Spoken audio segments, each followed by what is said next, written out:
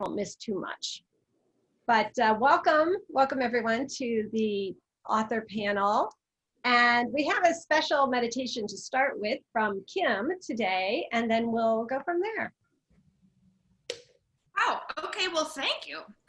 I think it's a great idea anytime that you are entering a conversation like this and something you really want to be present for. I think it's a good idea just to take a few breaths, do our best to sort of shift our awareness to those breaths. And I'll just guide us through a little brief meditation, a little mindful practice to kind of get us fully present so we can really be together. The time will fly by.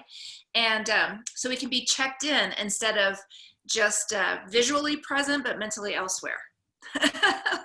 Thank you. Too common. So I'll invite you to close your eyes as long as you're comfortable holding your eyes closed. But if for any reason that makes you uncomfortable, then you could just gaze down at the floor or find something right in front of you to sort of gently stare at while we take a few nice breaths. So let's all take a couple of 2 or 3 really full breaths, maybe for the first time all day. So inhale really fully. Make sure your belly expands on these first few inhales. And then focus on your exhale and see if you can slow it down and elongate that exhale just a little bit. And let's just take a couple more of these. Just breathe.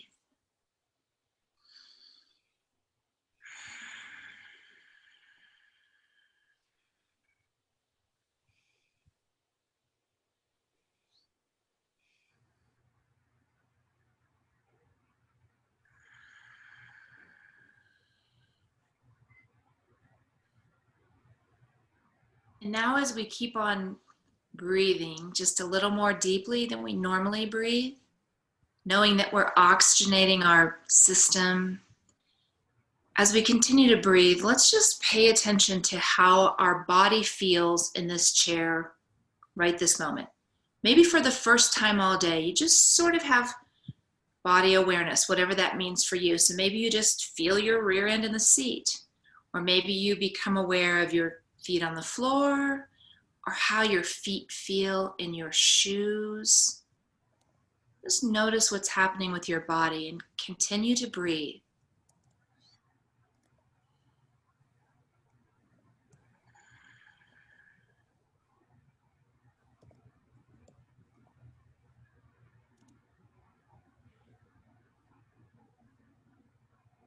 Really noticing how this breath feels when you breathe on purpose. When you breathe a little more deeply than you normally do. And if you could just notice your face for a moment and release any tension you're holding in your face. Maybe take a nice inhale here. And as you exhale, let your face go limp.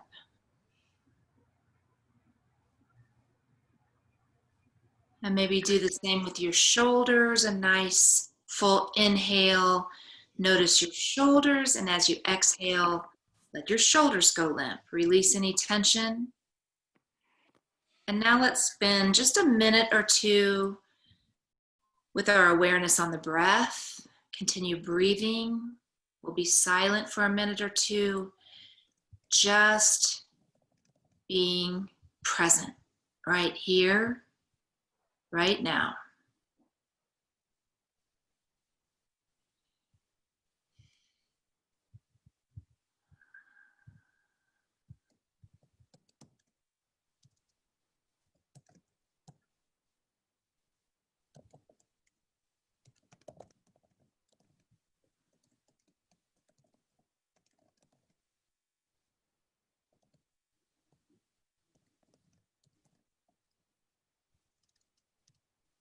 Right here, right now.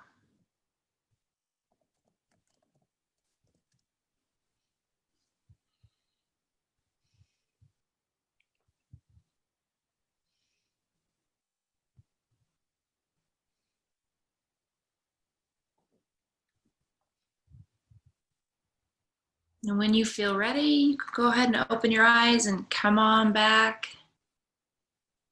Maybe make a mental note of how you feel if you were able to bring yourself into the present moment, right here, right now. How's that feel?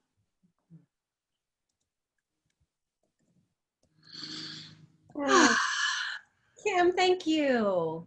And I know we did that before any sort of real official welcome or introductions, but it just felt right to just get here. And you have such a beautiful voice. Aw. I kind of got lost in just the, just the beauty of listening to you and being here. So thank you. Thank you, Sherry. Yes. Well, officially welcome everyone. And I am Sherry Reichert-Ballou, author of Say It Now, 33 Creative Ways to Say I Love You to the most important people in your life. And our authors today, so excited to have Susyn and Kim. And I'm going to have you each start by just introducing yourselves. And if you have your book, to hold it up and to tell us how you've been taking care of yourself during these challenging times.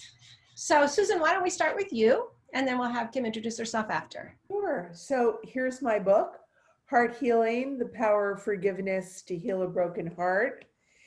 And one of the big ways that I've been taking care of myself is that after 15 years of wandering and living in many different places, 2 weeks and 1 day ago, I settled down in a lovely cottage on the eastern end of Long Island. And so part of the taking care of during this past week and a half is unpacking, organizing. It's amazing to me that I'm saying this is a way I took care of myself. I knew if I didn't get everything in order, that the disorder around me would affect me on the inside. And I've been going for walks in places I don't know, so I'm discovering, and it's extremely quiet where I live. And I meditate, and I just want to thank you, Kim, because it's such a treat to have somebody else running the process. Sometimes when I meditate and it's just silent, which is a great practice, it's such a treat to have somebody else give the instructions. Thank you. Susyn. And I love what you said actually about, it feels like such a kindness to yourself that you gave yourself that time to get organized, because it is true, right? Our outer worlds do impact us. A lot of us, not everybody, but it sounds like you knew that about yourself. Yes, I knew that if I didn't unpack sooner rather than later, I could be looking at it for months. Yeah, and also love what you said about finding a home, a solid home again, and taking quiet, walks when it's quiet, all of that. Thank you so much. You're welcome. Yeah, Kim, welcome. Hi, I'm Kim Colegrove, and my book is Mindfulness for Warriors, Empowering First Responders to Reduce Stress and Build Resilience. So I teach meditation and mindfulness. I primarily work with first responders, veterans, military personnel, and I've added healthcare workers to the list. And I have an online academy called PauseFirst Academy, and I'm converting my training to an online platform because we're unable to meet in person, obviously. So yeah, I'm working with a very, very, very, very highly stressed demographic. Yeah, so it's even more important, right, that you're taking care of yourself because of that. For sure. And I mean, I think for me, because mindfulness is my foundational, wellness tool. It's just monitoring when I'm ruminating about the past. Oh, I miss when I could just get together with people and go places and do, when I'm, because to ruminate there too long is depressing. I mean, it lowers your emotions. And also monitor when I'm worrying into the future about how long is this going to last and what's fall and winter going to be like, so that for me, just kind of monitoring that and making sure that I pull myself into the present moment on purpose, like kind of as a regular practice. Yeah. Well, like you just did for us, right? I too, just like Susyn was saying, I really appreciate it. I'm a meditator too, but there's something too about it's the middle of the day on a Wednesday. Most of us are in the middle of, right, going from this to that to that. And that beautiful reminder, like you just brought us back and everything was fine in this moment, right? Like that was just so beautiful. Such a great reminder. Yeah. Thank you. So Susyn, back to you. Yes. Yeah, tell us a little about your book, your work, maybe what's top of mind today that you think would be helpful for us. Yeah, it's been interesting for me how this time has impacted me, because I started the year very clear about starting a new business that focused on living a wholehearted life. And the foundation of that being in a loving relationship with ourselves. And then after the murders of Ahmaud Arbery and George Floyd, amongst many others, I really wondered if, does this work really count at all? I mean, look at some of the horrendous things going on in the world right now. And so I retreated into myself. And what I became aware of is something that I've known for a long time, but in listening to so many people speak about what's going on in the world now, and over and over and over again, hearing that the remedy, the vaccine for the distress in the world is love, it occurred to me that a loving relationship with ourselves, which is the focus of my work, healing our hearts of the wounds of the past. I primarily work with women. It's that transformation from I'm not enough to I love me. And so what is up for me is I'm launching a new business. It's starting with a challenge in a couple of weeks, which specifically focuses on that transformation, that a loving relationship with ourselves forms the blueprint, is the foundation for all the relationships in our life. And when I don't love me, I either close myself off and blame myself and act, put on a mask on the outside, or I blame, bully, point fingers at others. So my focus is, I look in the mirror and I say, yeah, I love you, bed hair or not.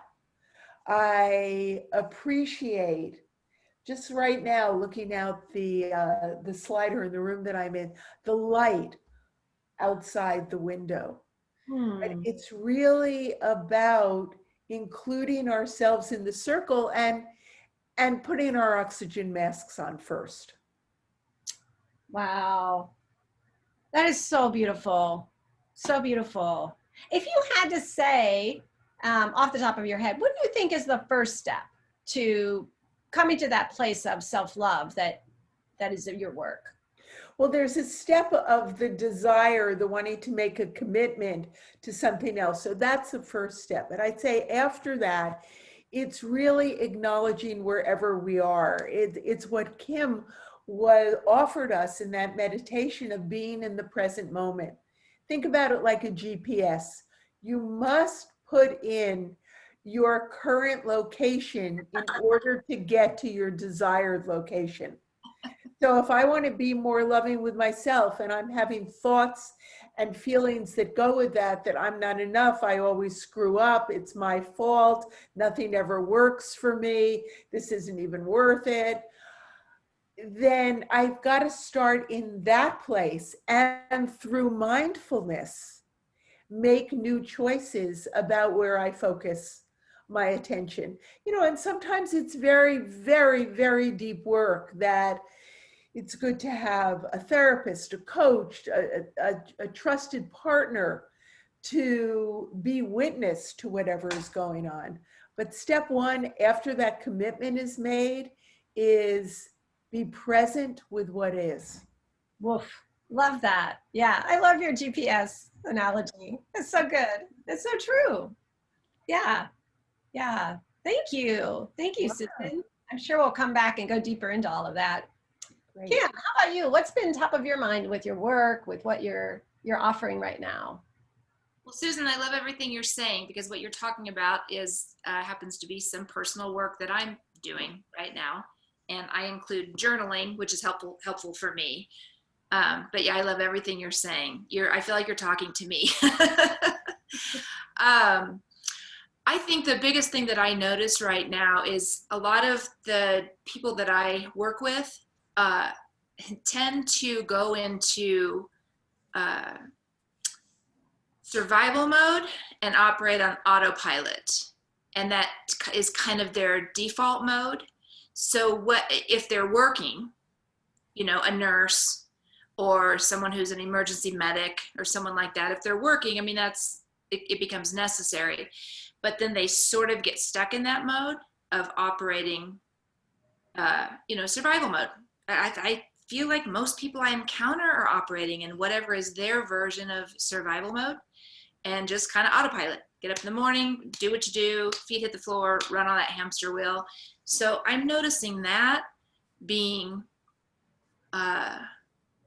just sadly so common, and it is difficult to train ourselves out of that, but not impossible.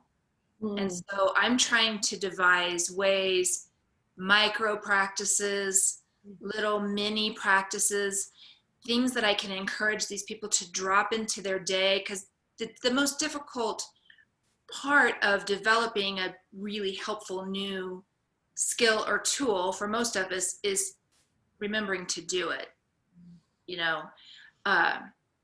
figuring out where we're going to fit it into our already busy and crazy and full days and lives.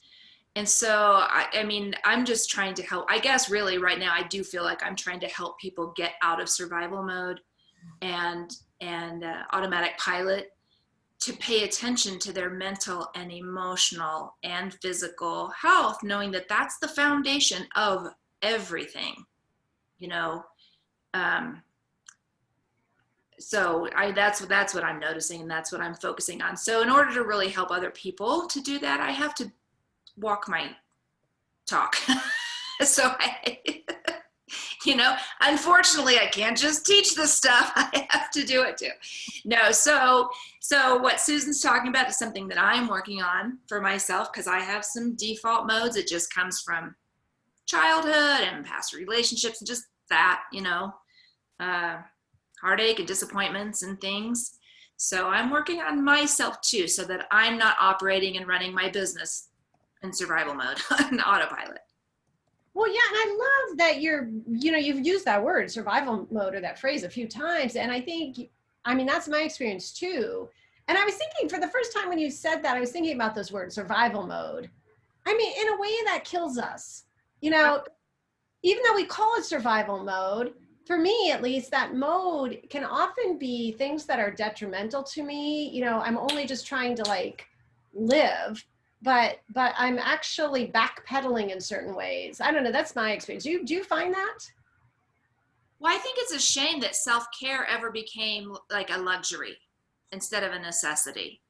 And self-care, more than a bubble bath and, a cocktail or whatever it is, it's like real caring for one's own heart and one's own mental health. And that has somehow become a luxury, or like frou-frou that, it's for, and it should sort of it should be like brushing your teeth and, yeah. Yeah, I love that. I think that's kind of what I was pointing to too, right? That it's like, if we're just in survival mode, we're not usually healing or, helping ourselves be more connected to people in our lives. I mean, there's all sorts of things. And Susyn, I suspect you can jump in here, and speak to some of this. Yeah, I really like the way you put it, Kim, in terms of it's not a luxury. self-care. And I've been thinking about it recently in terms of self-care and soul care, because it's not just about going through the motions of it. It's being truly present when I'm breathing, noticing my breath moving through my body, feeling my body on the chair. And it doesn't have to be a big complicated practice. Mm. It can be a walk outside. And I mean, it's chilly here today, and I wanted to do some work outside, and I was feeling rushed to get some things done. And I went outside for a few minutes, and it was really too chilly to sit out there without a coat on, which I didn't feel like doing. But just that little time, I stood outside and I thought, oh, doesn't the grass look really green today? I mean, not complex. The other thing I'd like to add that came to my mind when you were speaking, Kim, is that, and I just did this with a client the other day, and it's something I've done for years. When I would work with individuals in person or in groups in person, I'd give out charms. And I'd have them endow the charm with a quality or qualities that they wanted the charm to be a talisman for them, a reminder. And just the other day, I was on the phone with a client who was feeling extremely stressed and has a very demanding job. And I said to her, choose something that you wear all the time, or something that you have with you all the time, and endow it with a quality that you want it to be a reminder of. And her qualities were abundance, kindness, and compassion. And so she breathed those into this necklace. And I saw her a few days later, and she said to me, you know, I've reached for my necklace so many times, and it was a reminder. She didn't stop and close the door and turn off her phone, but just that wearing a lucky charm can be a reminder and an intervention of that monkey mind that either ridicules us or ridicules someone else, or the numbness that is often associated with survival, the go, go, go, go, go, and then crashing. Yeah. That's a beautiful idea, Susyn. I really love that. I love the simplicity of it. And like you're saying, it's oftentimes I do think people might go to, I don't have a half an hour to meditate, or I don't have, you know, and Kim had actually, you had also used the expression, I think, like micro practices. Yeah. Yeah. So I love where this is going, which is that things that really help and support people, but they're simple. Yeah, because that's everyone's number one reason for not taking care of themselves is they don't have time. I don't have time. I don't have time for all that. I don't have time for any of that. So I just worked last week with a group of first responders and veterans. It was a 12 men that did a 5-day retreat. And these people are at the end of their ropes. I mean, they're extremely traumatized. And so I give them, you know, I take away all their excuses as much as I possibly can. And so, I mean, a mindful practice is to take a breath and put your awareness on your feet. And then with your next inhale, you raise your toes up. And as you exhale, you press your toes into the floor. And if you can take that breath and just pay attention to what's happening with your toes, that's a mindful practice. You just did a mindful practice. You don't have time in your day for that? Come on. And I got them all doing, you know, and that's really what people need. And then I say, you're going to enjoy this. You got to remember to do it. And then you're going to feel something, or it's going to be curious, or there'll be a shift, or you'll start to realize that you hardly ever breathe. And then do that 5 times in a row when you can fit that in. Do it 10 times in a row. That's a meditation. If you can, you know. You're reminding me of a practice that I'm happy to remember now. because I've liked when I've done it. It's something that I suggested to one of my coaching clients for a few years, was an oncologist, head of an oncology department, and he had no time. He had no time to focus on one breath. He was going from here to there. And one of the things that he told me is that oftentimes he would leave his office to go to the library of this medical center, and because he could easily get writing done there. And so I said to him, well, how about doing this walking meditation? How long does it take you to walk to the library? I said 5 or 6 minutes. I said, so as you walk there, when you put your right foot forward, think the word right. When you put your left foot forward, think the word left. And just that focus, and you may discover along the way that your right foot is going forward when you're saying left. So simply recalibrate. Mhm. I'm not asking you to stop what you're doing. You're doing this anyway. You can do it when you're going from your office on rounds to see patients, just in that time of walking. So I love your suggestion, Kim, because it's so simple and available to do at any time. The biggest challenge is to remember to do it. Yeah, for sure. I'm curious if anyone else who's here, if you have simple practices that you do that take care of yourself.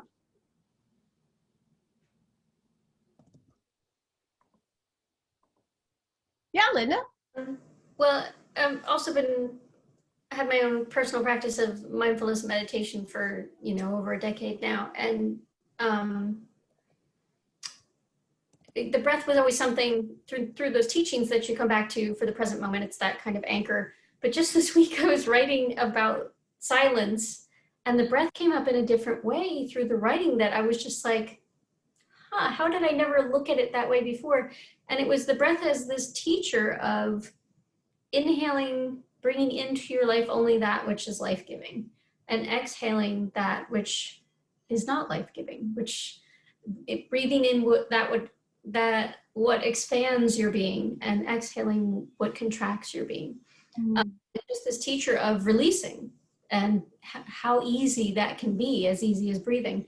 And that that's a tool that I have with me all day, every day, right? So it doesn't have to just be about being present. It was about reminding me that I have a choice in each of those moments too, of what I want to focus my energy and my attention on. And so that was this whole different aspect to it that I hadn't thought of before, that I've been working with this week. Oh, thanks for sharing that, Linda. I love that. Sure. I'd like to say something about the word silent. If you scramble the letters of the word silent, you get the word listen. What? I never heard that before. Hey, yeah. Susyn, that is just beautiful. Wow. Brenda, were you going to share something with us? Let me think. I love the idea of micro practices, and actually, Dr. David Kuntz is an author that I've got to hook you up with. He wrote, I'm sure Susyn Reeve knows him. He wrote Quiet Mind and Stopping, and he has 3 levels of ways of stopping yourself. And one that when I read the manuscript years ago, I really embraced this one, and it was just called like a moment, I think. Like there's some other name to it, but literally it's just a moment. And like you literally just take one moment and like just sort of stop and like close your eyes and think. And he said that like you can, he didn't like the idea of like putting alarms and chimes on your phone to do it. Like it just needed to be more organic. So I would keep a little vial of essential oils on my desk. And then I would like, I like to bergamot essential oil because it sort of is uplifting. And so I would, when I felt like I needed a moment, I would literally like take that little vial of bergamot essential oil, bring it to my nose and breathe it in, like, and take a moment for myself. And it was very restorative. I mean, even it was literally just 60 seconds, like, you know, and also it felt like I was doing something good for myself. So I think I need to get back to that. And I just bought a vial of lavender essential oil over the weekend, which is very calming. So I think that I'm going to weave that micro practice back into my daily life. And I love that you brought that in. I just recently started using essential oils in that same way, like just to totally be immersed in the sense of it. And it does shift something chemically, at least I feel, you know. So, and I think music is another. So I was just thinking when you were saying that the other sensory moments, just a micro moment for me, if I dance for 30 seconds, you know, just turn on a song I love, it can really shift something, you know. I think that anything done with mindfulness gives us that experience, anything that has us be present so that our body, mind, and spirit are actually in the same place at the same time. Because that's one of the things about being human. I can be here, but my mind can be in the past or in the future. I can be worrying about something. I can be daydreaming about something. And to truly be where our body is a practice that's really helpful. And it can be as simple as noticing our feet on the floor, the ground beneath us, feeling the seat beneath our body, just noticing the air. It's so, right, the temptation to make it complicated is something that I think many of us have learned. You know, the practice will only be good if I meditate, if I do physical exercise, if I only eat these foods, if I am silent, if I'm on a media diet. You know, the list is so long that looking at it is overwhelming. It's so true. Hey, welcome, Rachel. Good to see you. We're talking about, Kim introduced us to the term micro practices. And we're talking about some different micro practices that really help get us in the present moment. Hi, Rachel. Debbie, did you want to share something? I do.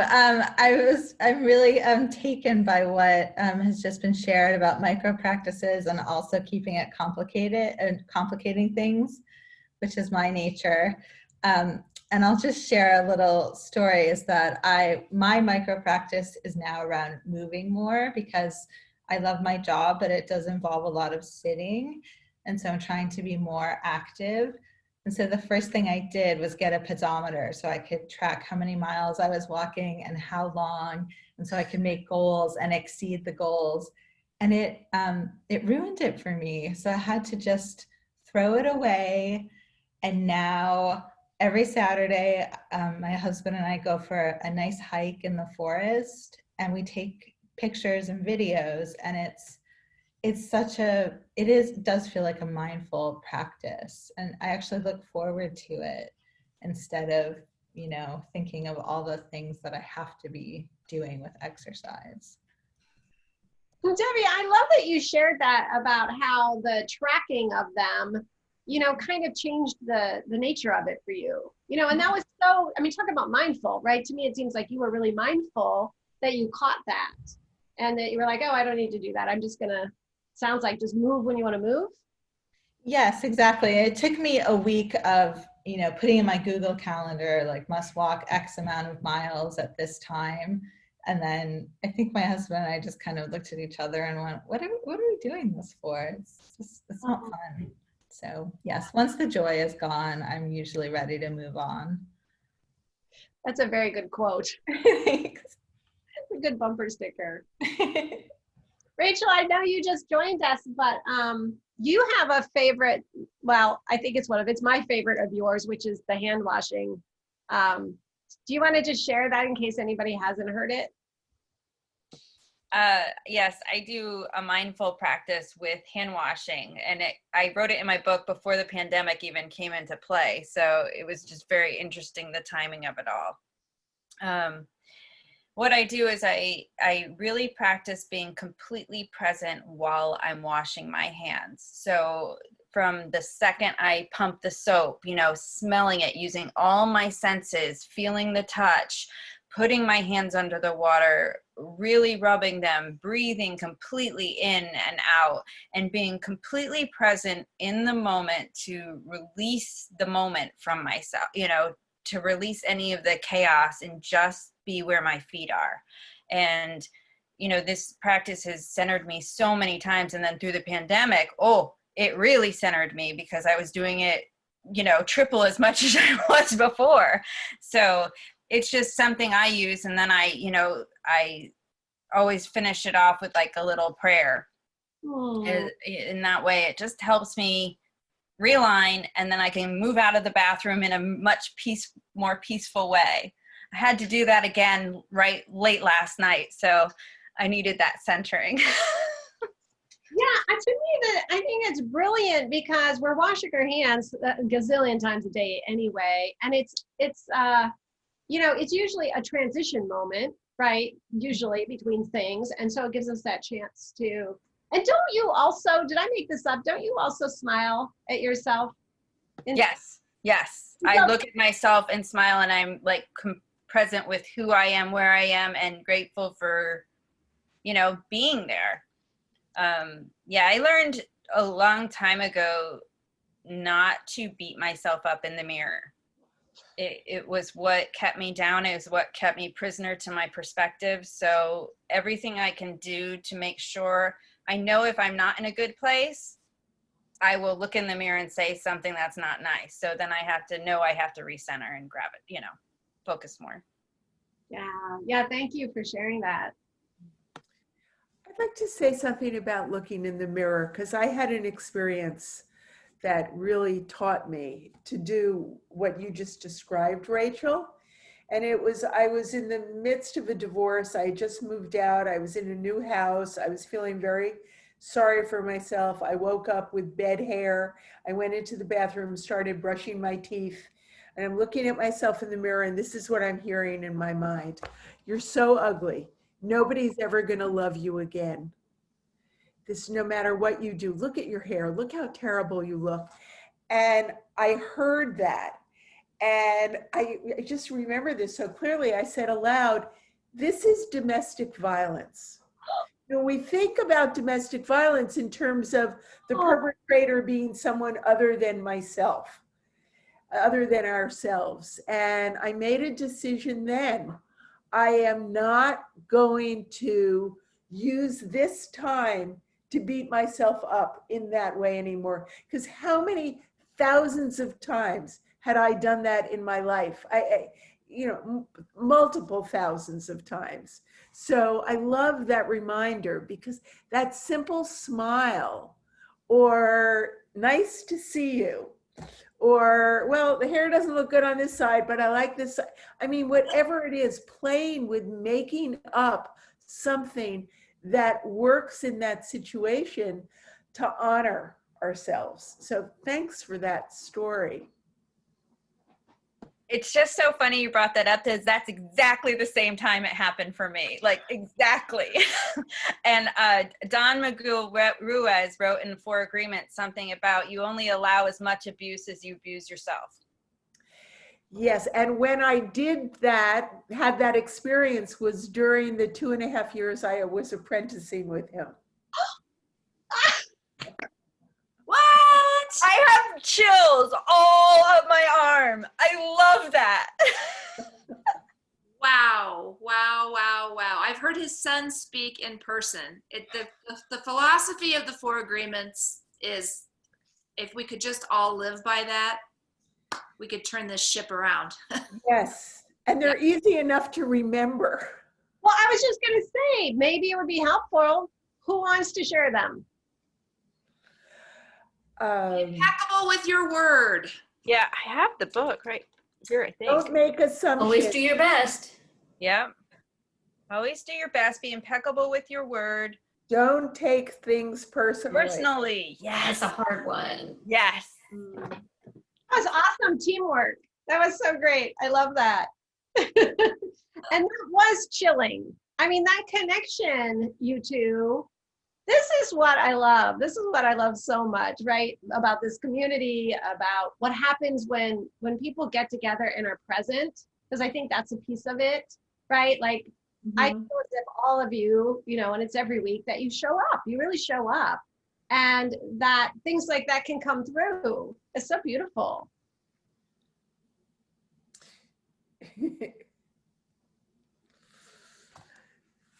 Susyn. This is a really recharging my batteries, especially after last night. My batteries need some recharging. And I'm in the mountains. You would think I would stay charged here. But I'm looking at all the little squares and I'm realizing so many beautiful people doing beautiful work. And this is life. This really is. Yeah. Connecting at the heart. And I was just going to ask you, what if you had to define exactly what was recharging for you? What are the elements that do it? This conversation and looking at these faces and realizing that there are so many people just every day working to be their best, working to help other people, working to uplift someone else. And in order to do that, we have to uplift ourselves. And so the self-love piece that Susyn talked about in the very beginning, I mean, that really, that's been my my personal mantra for a few weeks has been self-love and forgiveness and working on that. So just listening to everybody. And then also, of course, the connections, how we all, you know, we've had similar experiences. We've read similar books that really impacted our life. And interesting that you got to work, man, that's really cool, Susyn, that you got to work with him. But yeah, just remembering there are more heart-centered, good human beings on this planet, far more than anything else. It's uplifting for me. Thank you for voicing that. I call it anchoring in, right? So it's like just hearing you say all of that, it just feels like it grounds in me. Like, yeah, that is true, you know, and I'm sure it's why, you know, by the way, thank you, Mango. I think it's just why I love Mango Publishing so much. It's like every single author that I have met, just wholehearted and just wanting so much heart and soul in every Mango book that I've ever encountered. Yeah. And I think it's also about connection. You know, it's such a gift to feel the connection, like I'm with kindred spirits, and the mindfulness, the loving relationship with ourselves is really about being connected in body, mind, and spirit, and also having a sense of our calling, our purpose, our passion, and to allow that to come to life. Yeah. Well, and what's jumping in for me too is I have a coaching client who's been talking a lot about, she's noticing that she doesn't feel heard, you know, that because everything socially has changed that. And I was thinking about that just as Kim was saying about being here and being nurtured by this, that I feel like everyone who shows up here is also, they have so much to share, but also beautiful listeners, you know, like I just feel like we're really truly listening to one another, which is huge.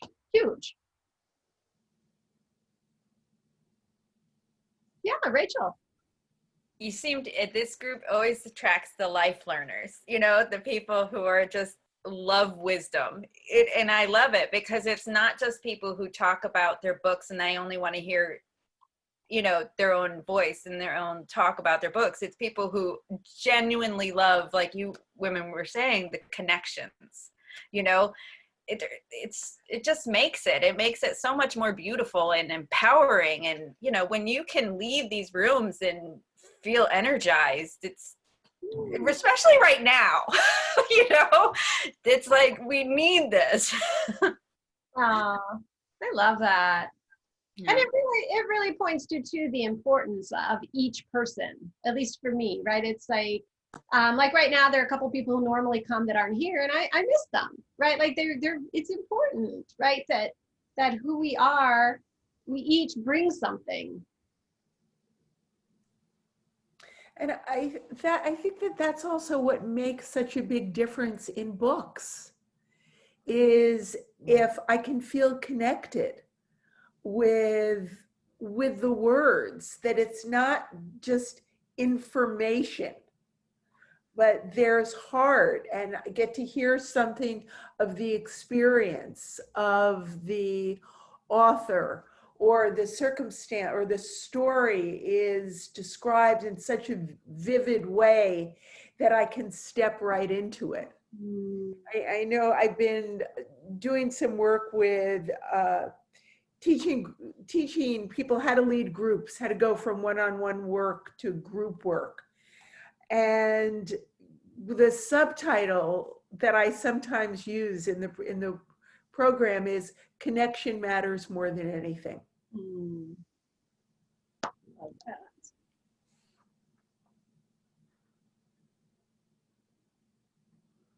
that. Linda, yes. It's interesting. I mean, the books I love the most are the ones that really are written from the heart, and I think you really can tell the difference. And when I started writing, because writing was something that happened overnight for me, like one day I wasn't a writer and the next day I was. And so it took me a while to figure out how to describe the process of it for me. And what I finally came to was that my heart was like this chalice that would fill with words, and it would overflow onto the page, and that's what would come out. And I know that sounded weird to a lot of people, but that was exactly what the process was for me. My heart would just fill with these words. And I'm so glad that there's a place where people understand that. And Sherry, like I said, I think I wrote to you on Facebook, these sessions really are a bright spot in my week because of the connections, because of the heart connections that I get to have every week, that are really hard to have in person right now. But at least I know there's going to be this bright spot in my week that offers that opportunity. So thank you very much. Oh, and thank you, because you have been showing up, I think, almost this whole time. And what you just said was so beautiful. You know, I don't know about other people, but it really resonated with me. And you're a poet, obviously, right? And so you bring it, you know, saying that in such a beautiful, poetic way really touched me. It's lovely. So I think Susyn has a meditation for us. And I don't know, Susyn, to me, all of a sudden, it just felt like the right time. And then what I wanted to do, because we're kind of heading into the top of the hour, Brenda had invented something for us all at the end, if you're willing, no pressure. But we each just sort of popcorn around and just say something that we heard that really resonated, or some intention that we're taking from this, something that touched us. And I would love to do that if you guys are up for it. And the meditation would probably lead us right so beautifully into that. Yes, this is a prayer, and if you'd like to listen to it with your eyes closed, feel free to do that, whatever way that you're comfortable. And it's called the Prayer for Wholehearted Living. Today, I live a wholehearted life. I easily let go of my attachment to thoughts and behaviors that block the inflow and outflow of love in my life. I know my purpose is to be a mighty expression of love in the world through expressing and generously offering my unique gifts, talents, and skills for the highest good of all. I trust that every experience I have is an opportunity to deepen and expand my capacity to be, give, and receive love. I ask for and receive all help available to me, visible and invisible, to easily and effortlessly learn from and release habit patterns of fear, blame, and separation, and to have faith in a loving future and live fully and wholeheartedly in the precious present, for the eternal peace and happiness for all. And it is so.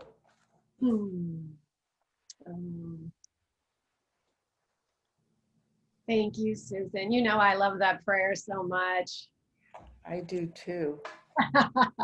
It's been in a number of my books.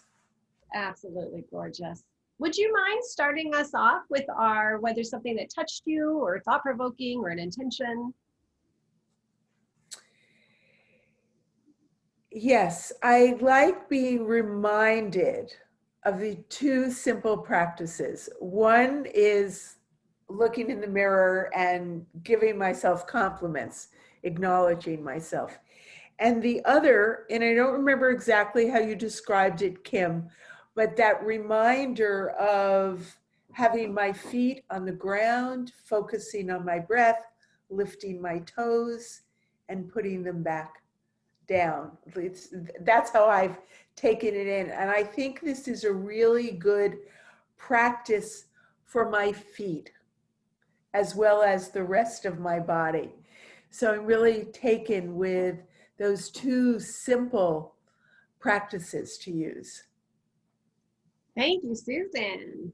And then so what we do is you pass the mic to whomever you'd like. Okay, I will pass the mic to Debbie. Thank you.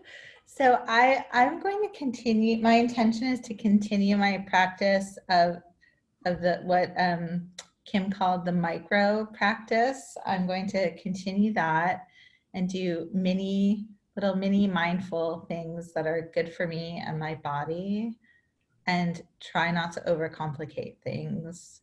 And also, if self-forgiveness or being a little more gentle with myself is necessary, I would also like to throw that into the mix as well.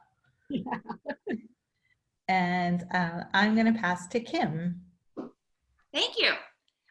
Okay, so I would like to toss something at you based on what you said, and that would be find micro practices that you enjoy, that's something that feels good, that you really enjoy.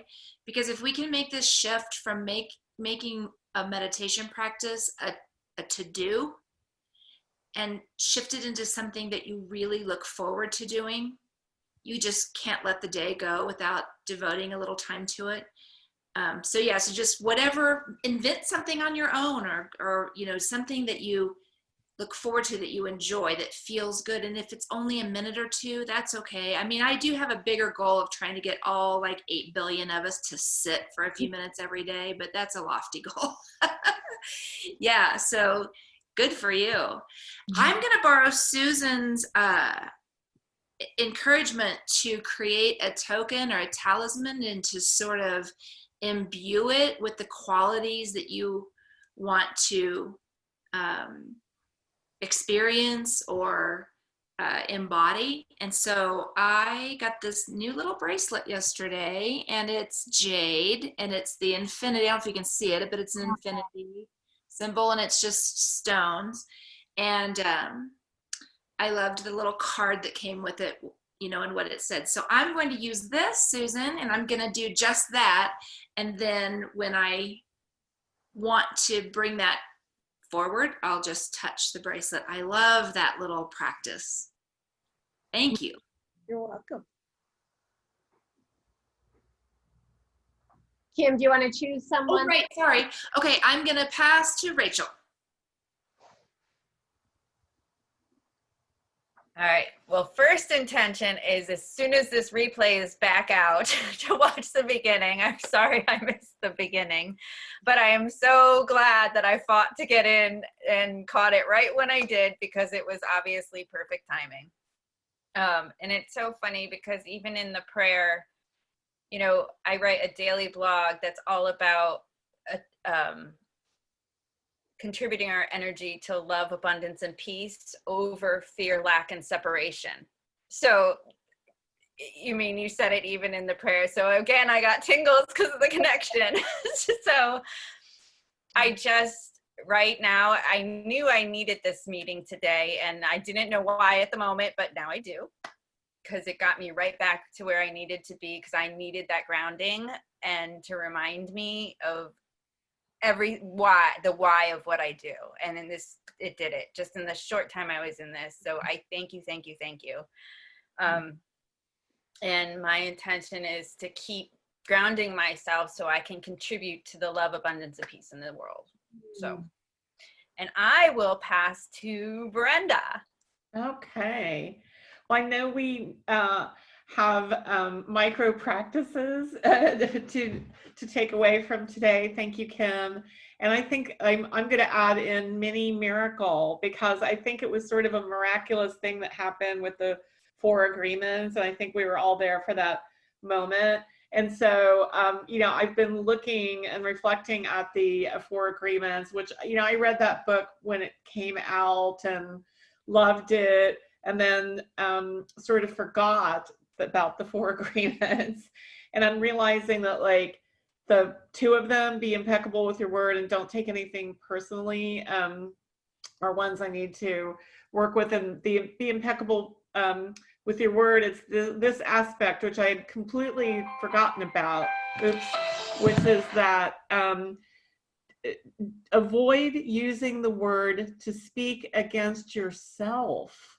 And I had forgotten that, but I'm pretty good about not doing it, because Donna Markova taught me that, like, if you speak negative self-talk, actually will create the negative thing. You know, if you're saying I'm dumb over and over and over again, your brain will hear it and kind of dumb you down.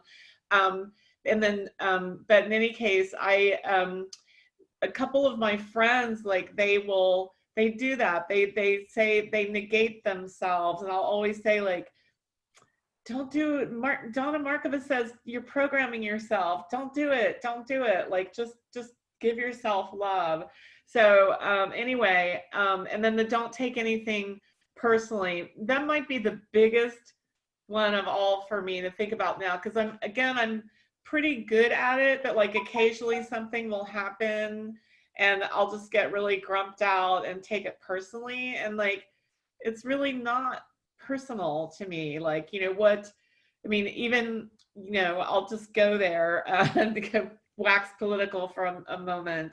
Like, Donald Trump is, like, he's horrifying, but, like, it's not personal to me. He does it to anybody. So it's not personal to me. So I have to not take it personally, and then instead say, well, what can I do about it? How can I take that negativity and turn it right around to the positive? What can I do with that? What is the best, highest good to be made from that? So I'm so thrilled that we had the mini miracle of the 4 agreements sort of bubbling back up. So thank you for that. I intend to hold on to all 4 agreements and work it out. And has Linda had her moment? Not yet. Thank you. Yes, the 4 agreements, you know, we have several things on our bathroom mirror so that we can look at them in the morning. And the 4 agreements, just this one sentence for each of them is one of those things. And I will be focusing on that one more frequently now. You know, sometimes I don't notice all of them because there's several of them. And that's one I hadn't noticed in a while. So I'll be noticing it more. And also the idea, like, peace is such an essential part of my practice and my way of being, and yet I do have that problem with the mirror, with the self-talk that's negative. And Susyn, just hearing you use the word violence for it was so helpful for me, because that's the antithesis of what I want to be in the world, right? So why would it be that way with myself?